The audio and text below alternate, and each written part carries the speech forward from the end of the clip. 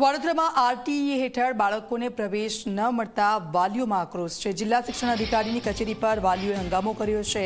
2 round પૂરા થયા બાદ પણ નામો જાહેર નથી થયા।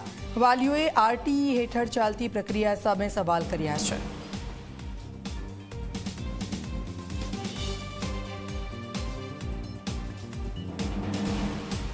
મારી રજૂઆત એ છે કે અમે 2 વાર લખ્યું। એકવાર ચલો પ્રોબ્લેમ હતો કે આધાર કાર્ડ માટે અમે રેશન કાર્ડ મૂક્યું હતું, પણ બીજા રાઉન્ડમાં અમે બધું તમામ ડોક્યુમેન્ટ કમ્પ્લીટ હોવા છતાં પણ કોઈ રિસ્પોન્સ નથી, અંદર કોઈ મેસેજ નહીં આવ્યો। અને આંગણવાડીમાં પણ અમે એડમિશન આપ્યું હતું કે ચલો અમારું આગળ જતાં અમારું છોકરું આમાં ભણે કે અમારે આરટીમાં। મારું ઘર રિક્ષા પર ચાલે છે, અમે 9 જણનું ઘર ભરણ પોષણ ચાલે છે।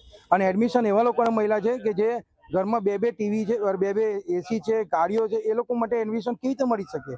જરૂરિયાતમંદ માટે આરટી રાખી છે કે આ લોકો માટે રાખ્યું છે? એ યોગ્ય તપાસ સરકારે એમના પર કરવી જોઈએ।